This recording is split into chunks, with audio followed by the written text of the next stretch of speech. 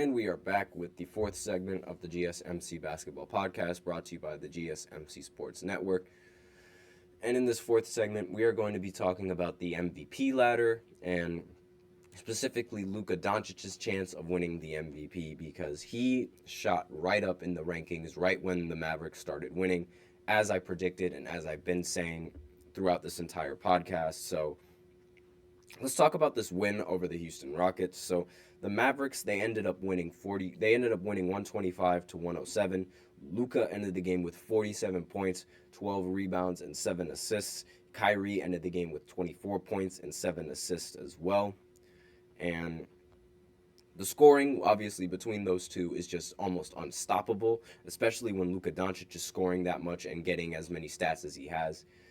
Jalen Green was quiet in this game, ended up scoring only 12 points. Jabari Smith Jr. ended the game with 28 points, and there wasn't really much. Dylan Brooks ended with 0 points. So there wasn't really much scoring on Houston's end. There wasn't really much efficient scoring on Houston's end, and that sort of ended up causing them this game. So Houston's ceiling, I think, is making the play-in spot and losing in the play-in, and their lowest point is losing completely and just not making it to the play-in at all. And their high point is making it all the way to the Western Conference Finals, and their low point is losing in the first round to the Clippers, because that is still a possibility that could happen depending on how the seedings go. They could end up playing the Clippers again, and they end up losing to the Clippers again. Now, there's a stipulation around Luka Doncic that he owns the Clippers, but ironically enough, he has never won a series against the Clippers. So can you really say that he owns the Clippers just because he puts up a bunch of points against them and they end up losing? I don't think so, but that's just my personal opinion.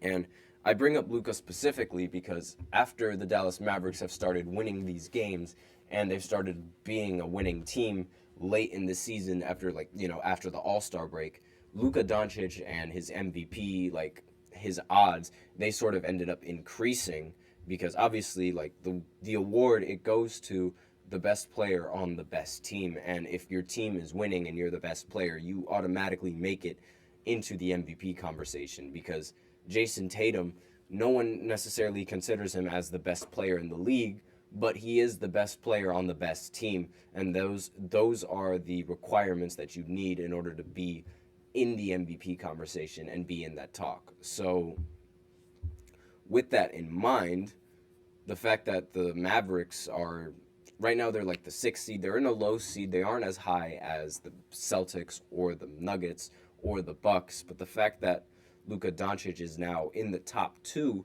of the MVP rankings. In fact, you know what? Let me see if I could pull it up right here on the screen so you guys can see it.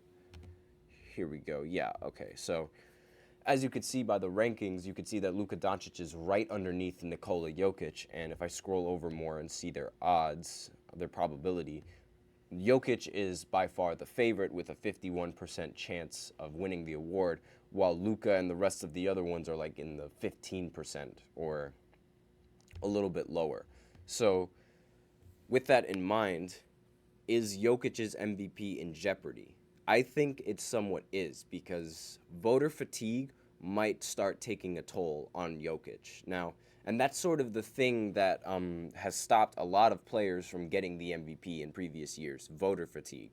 Because a lot of MVP voters, they end up getting tired of voting for the same player every single time. And I really don't understand that because even if there was no such thing as voter fatigue, I think LeBron would win the MVP 5 times straight because he's been the best player that the league has seen for the longest time, and people weren't voting for him because of voter fatigue and because of other players playing well. So when other players are playing well and you've already voted for one of the previous MVPs, the thought process is okay, maybe we should let someone else win the award. And is it right? I guess, but is it right in terms of okay, that's the player that deserves the award? Sometimes it's not. And I feel like now Luka Doncic, he definitely has the best chances of stealing that award from Nikola Jokic because of the winning that the Mavericks have done. And as you could see, Shai immediately, he dropped from 2nd all the way down to 4th, and Giannis has sort of held that 3rd spot relatively comfortably. So with that in mind, there was a lot of hype around Shai, but I knew he was never going to win the MVP because he has a great team. And there comes a point where it's like, okay, where do we give the award to the best player, or where do we give the award to the best player on the best team? And that's going to be the conflict with the Dallas Mavericks and the Nuggets, because here you have Jokic putting up ridiculous numbers and his team is winning, but here you have Luka Doncic putting up even more ridiculous numbers, but his team isn't winning as much, but now they're winning late in the season. So recency bias is also going to take a toll on Nikola Jokic, because right now the Dallas Mavericks are hot and they're the team that's like sort of, I guess, a dark horse and a favorite.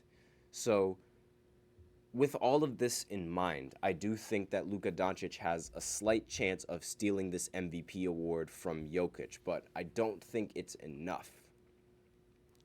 And it really does bother me, because Luka Doncic, he is, in my opinion, he is the best player in the NBA right now. Like, there is him and Jokic, they're both the best player in the NBA right now, but I think Luka is better than Jokic.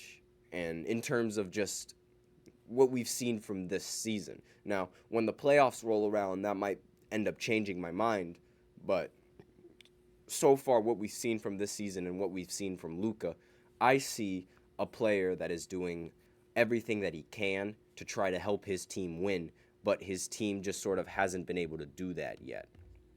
And I'm just going to get rid of that. And with Jokic, I see a player that is doing what he needs to do in order to have his team win. And what he needs to do is score a lot of points, get a lot of assists, and do all of that. So in terms of value, I see why Jokic is the more valuable player, but in terms of like the best player, I think it is Luka. And it just gets really difficult, because it's like, I think Luka deserves the most valuable player, because it's like, without Luka, this Dallas Mavericks team would be in the dirt. They wouldn't be nowhere near as good as they are with Luka. And the same argument can be applied with Joel Embiid. Like, look at what the Sixers have been doing without him, and look at what they were doing with him. So if the 65-game requirement wasn't a thing, would Joel Embiid still be the favorite?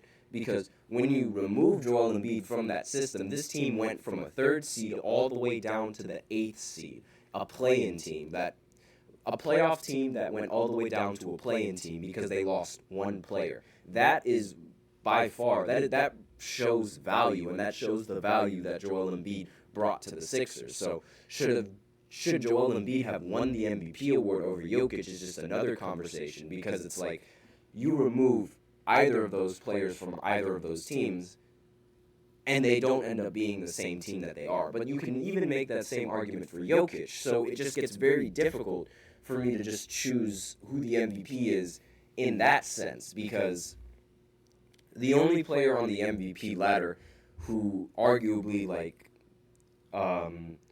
whose team would arguably be just as good without them is Jason Tatum and the Boston Celtics. If you remove Tatum from the Celtics, I think the Celtics, they might not be as good, but they still might be like a top 3 team in the Eastern Conference if they don't have Tatum, because of how their roster is constructed and how their chemistry is and just how they are as an organization.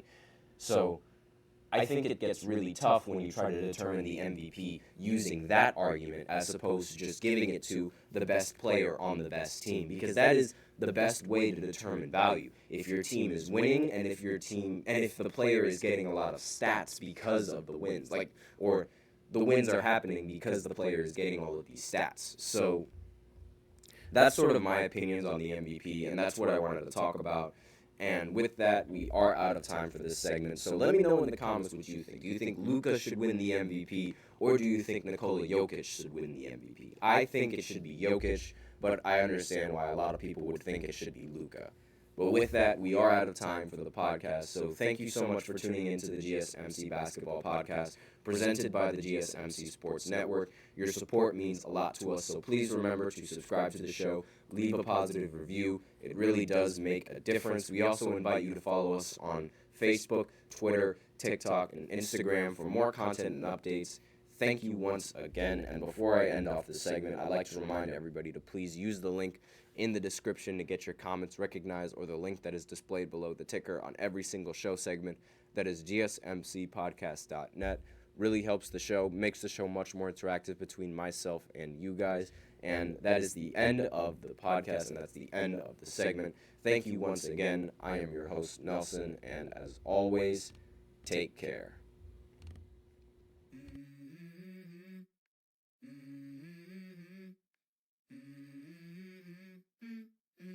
Let's go.